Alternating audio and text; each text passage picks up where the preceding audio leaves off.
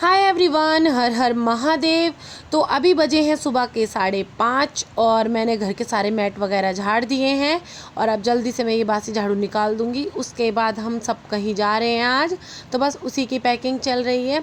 तो आप पूरे व्लॉग में बने रहिए, आपको ज़रूर पता चल जाएगा हम कहाँ जा रहे हैं। और देखिए, मैंने ना ये सामान मुझे कुछ चाहिए तो मैंने वो सब सामान रख लिया है।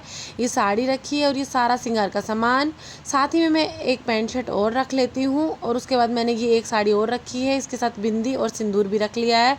और मैंने जितना सामान मुझे चाहिए था और जितना मुझे याद था मैंने सारा पैक कर लिया है। वैसे छुटा तो कुछ भी नहीं, अगर छुटा तो भाई क्या करें, डांट खा लेंगे थोड़ी सी, और क्या होगा। और लीजिए, हमने सामान रख लिया, अब जल्दी से निकल चलते हैं। और लीजिए, हम निकल चुके हैं। और देखिए, रास्ते में हम जा रहे थे ना, तो हमें ये जमुना जी पड़ी और कहते हैं कि जब यहाँ से निकलते हैं ना तो यहाँ एक सिक्का ज़रूर चढ़ाना चाहिए। तो हमने सिक्का चढ़ा दिया है। उसके बाद रास्ते में ये दूर से जो आपको दिख रहा है ना, ये अक्षरधाम मंदिर है। बहुत पहले मैं गई थी, अब तो मुझे याद भी नहीं है। और फाइनली ये टोल आ गया था। उसके बाद हम रास्ते में जा रहे थे तो बच्चों को भूख लगी, तो उन्होंने चिप्स वगैरह कुरकुरे खाने का मन कर रहा था, तो बस वही ले रहे हैं। उसके बाद हम फिर चल दिए थे। और रास्ते में जहाँ हमें जिस रास्ते को हमने पकड़ना था ना, वो सारा ब्लॉक था, इसलिए हमने ये खेतों वाला रास्ता पकड़ा है। और देखिए, दोनों तरफ बड़ी हरियाली थी, बहुत अच्छा लग रहा था। और देखिए, खेतों में किस तरह से सोते हैं, ऐसे खाट को ऊपर की तरफ टांग के।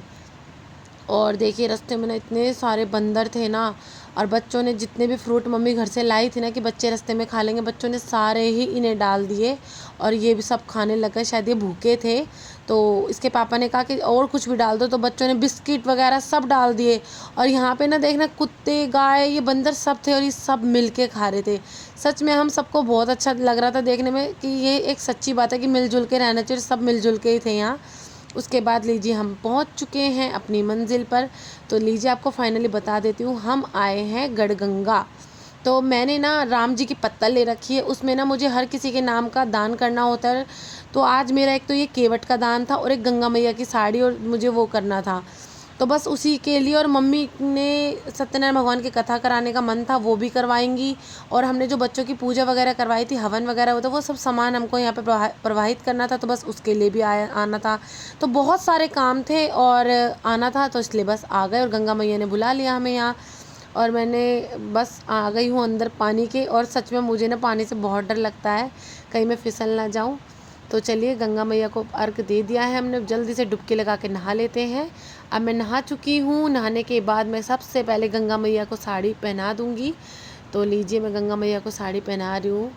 और देखिए, मैंने बाद में कोई भी उठाया, लेकिन एक बार तो मैंने ज़रूर पहनानी थी, क्योंकि पंडित जी कह रहे थे कि आप टच करके रख दो।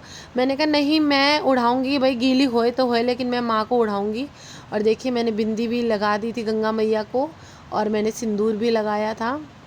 तो आप कमेंट करके ज़रूर बताना, क्या मैंने ये मतलब इस तरह से लगाया है तो ये ठीक करा है। और उसके बाद देखना, मैंने ना ये आटा था ना, ये मम्मी ने घर से ही गोलियां बनाई थी, लेकिन सारा इकट्ठा हो गया था, अब दोबारा से गोलियां बना रहे हैं इसकी। और जो केवट था ना, मैंने उसको पहले सबसे पहले खाना खिला दिया था कि भैया आप पहले खाना खा लो। उसके बाद उनको मैंने जो जितना भी दान दक्षिणा, ये श्रृंगार का सामान, साड़ी पैंट शर्ट, मैंने सब कुछ इनको देना था।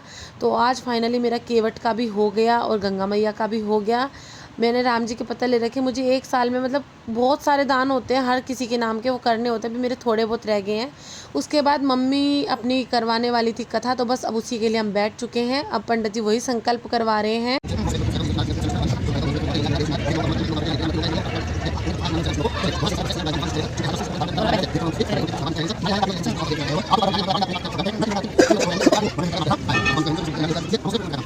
बुध छवि राधे, नारद करत निरंजन, करत निरंजन, घंटा ध्वनि बाजे, ओम जय। तो फाइनली हमारी सत्यनारायण भगवान की कथा हो चुकी थी और हम सब ने आरती भी कर ली थी। अब मैंने और मम्मी ने मिलके गंगा मैया को ये अर्घ भी दे दिया था। और गंगा मैया से बस यही मनोकामनाएं है, गंगा मैया सबको अच्छे से रखना, कुशल मंगल सब कुछ ठीक ठाक रहे।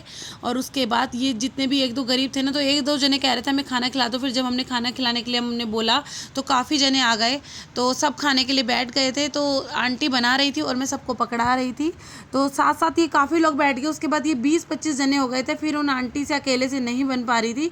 तो बस फिर मैंने बच्चों को बोला कि बेटा अब आप खिलाओ और मैं आंटी की थोड़ी हेल्प करवाती हूँ। तो बस अब उसके बाद मैंने आंटी को बोला कि आंटी अब आप रोटी सेकिए और मैं बेल देती हूँ।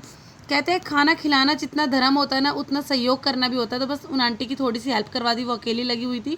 तो मैं रोटी बेल रही हूँ, आंटी जल्दी जल्दी सेक रही है, और इन सब ने जल्दी जल्दी खा लिया था। उसके बाद हमने इन सबको खाना खिला दिया था, हम चले गए थे। और रास्ते में बच्चों ने कहा कि मम्मी हमें तो आज छोले कुलचे ही खाने, तो बस बच्चों ने छोले कुलचे और ये बिरयानी वगैरह, वेज बिरयानी थी ये, तो बस यही खा रहे थे। उसके बाद हम घर के लिए निकल चुके हैं। बस अब देखते हैं कितनी देर में घर पहुंचेंगे।